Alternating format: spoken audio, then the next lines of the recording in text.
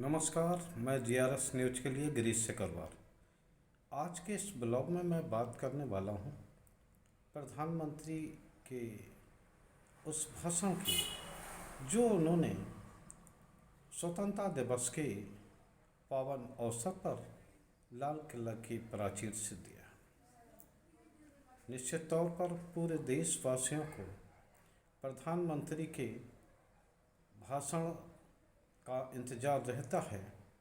और निश्चित तौर पर प्रधानमंत्री इस अवसर को पूरे देशवासियों को संबोधित करने के साथ साथ अपने राजनीति को भी साधने का काम करते हैं। इस बार ये और भी ज़्यादा होता दिखा क्योंकि ये चुनावी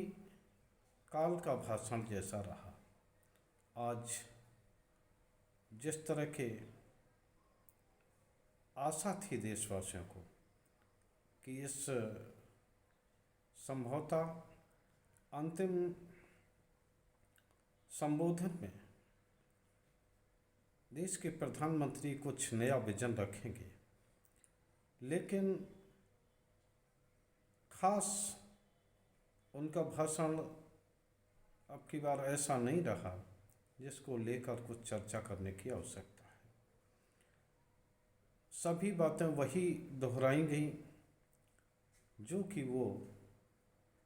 अभी हाल में ही अविश्वास प्रस्ताव के दौरान सदन में या अन्य चुनावी रैलियों में कह चुके हैं। 2047 तक देश को विकसित राष्ट्र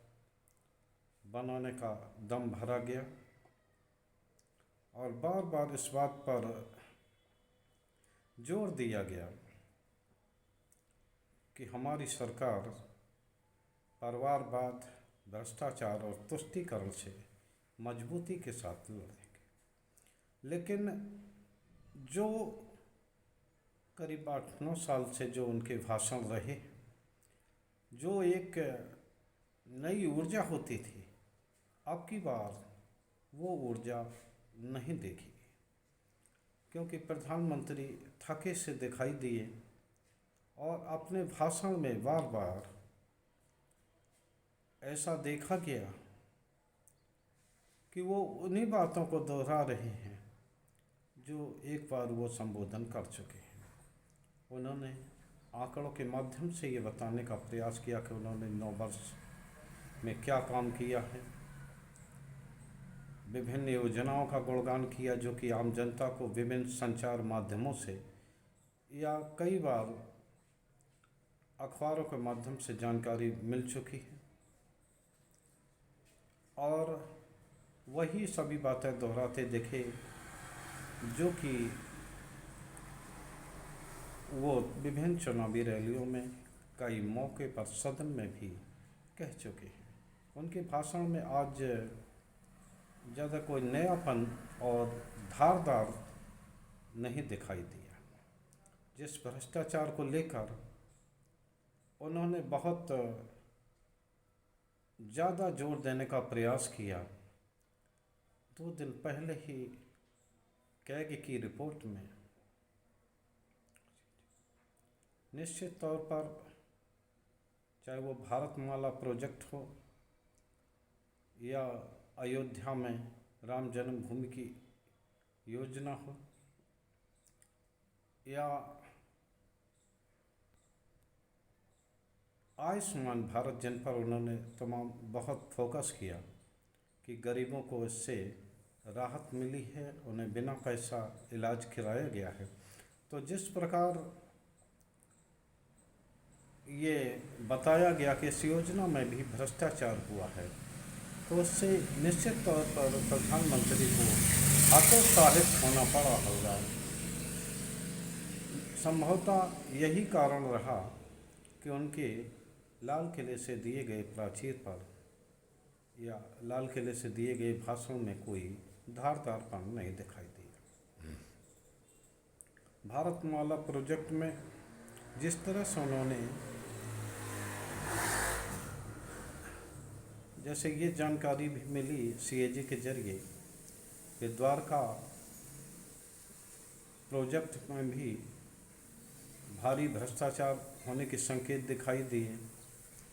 किस प्रकार से 3 फ़ोन नंबरों के सहारे 10 लाख से अधिक लोगों का आयुष्मान योजना की तरह इलाज किया गया। यहाँ तक कि मध्य प्रदेश में ये बताया गया कि कई मरे लोगों के इलाज भी किए गए और कई बार ऐसी स्थिति आई जिसमें कि एक ही समय एक ही रोगी ने 4-5 अस्पतालों से अपना इलाज करा। निश्चित तौर पर ये जो सीएजी की रिपोर्ट भले ही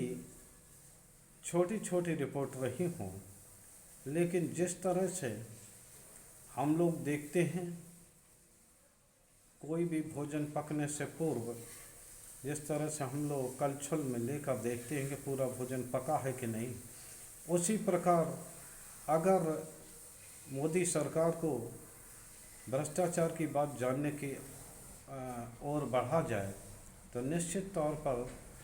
जिस तरह से सीएजी के तहत छोटी छोटी योजनाएं निकल कर आई हैं, उससे ऐसा लगता है कि ये सरकार भी भ्रष्टाचार को लेकर उतनी पाक साफ नहीं रही जितनी कि उसने दावा किया था। 2014 और 2019 के कार्यकाल को भी मोदी ने याद किया और इस बात का फिर दम भरा कि अगले साल भी वो लोकसभा के प्राचीर से आपके सामने नई योजनाओं का ऐलान करेंगे। निश्चित तौर पर ये घोषणा करते हुए भी उनके भाषणों में वो जोश और उल्लास नहीं था, न ही लोगों में इतना जोश उल्लास दिखाई दिया कि जितना उनके भाषण के दौरान देखा जाता। कुल मिलाकर ये देखा गया कि अपनी लाल किले के प्राचीर से प्रधानमंत्री थके थके दिखे और हाल में ही जो सीएजी की रिपोर्ट आई है, उस रिपोर्ट ने संभवतः उन्हें बैकफुट पर आने का रास्ता हमारे ख्याल से दिखा दिया। जिस तरह से उन्होंने परिवारवाद और परिवारवादी पार्टियों को लेकर अपना निशाना बनाया और ये घोषणा की कि वो भ्रष्टाचार के खिलाफ अपनी लड़ाई को जारी रखेंगे, उससे एक बात तय हुई कि नरेंद्र मोदी ने जितनी भी विपक्षी दलों के गठबंधन के जिन्हें कि वो भ्रष्टाचार या परिवारवादी कहते हैं, उनके खिलाफ सरकारी एजेंसियों के जरिए काम करने का मन बना लिया है। हालांकि वो देश को ये संदेश देते दिखाई दिए कि वो भ्रष्टाचार के खिलाफ नहीं, लेकिन जिस तरह से 2 दिन पूर्व सीएजी योजनाओं के तहत उनकी ही योजनाओं में जिस प्रकार वो होता दिखा और जिस प्रकार ये देखा गया कि भ्रष्टाचार का चस्पा हो सकता है कारण, उससे निश्चित तौर पर सरकार को पीछे मुड़ने के लिए प्रेरित किया और उस दम से मोदी अपनी बात नहीं रख पाई जो कि उनके भाषणों में हर बार दिखाई देती। लाल का तो ये तय माना जा सकता है कि इस चुनावी वर्ष में जब से विपक्षी दलों ने अपना गठबंधन बनाया है, तब से निश्चित तौर पर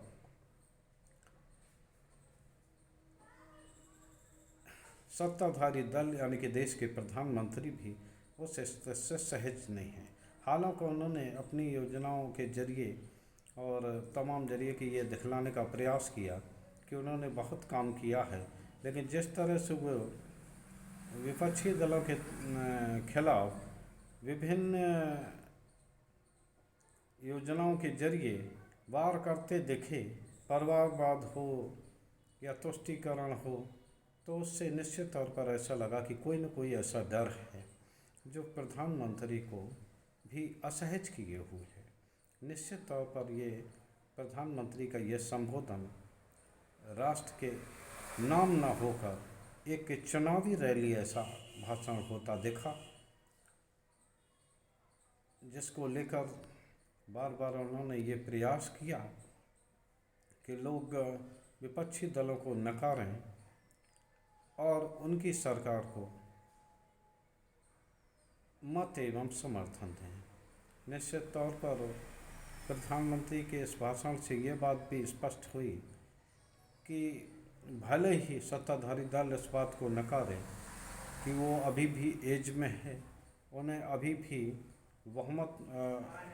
उनके साथ है, लेकिन जिस तरह से लाल किले के प्राचीर से मैंने डरे हुए और आशंकाओं से ग्रस्त मोदी को देखा, उनके भाषण को सुना, तो उससे ऐसा लगता है कि आगामी चुनाव में सत्ताधारी दल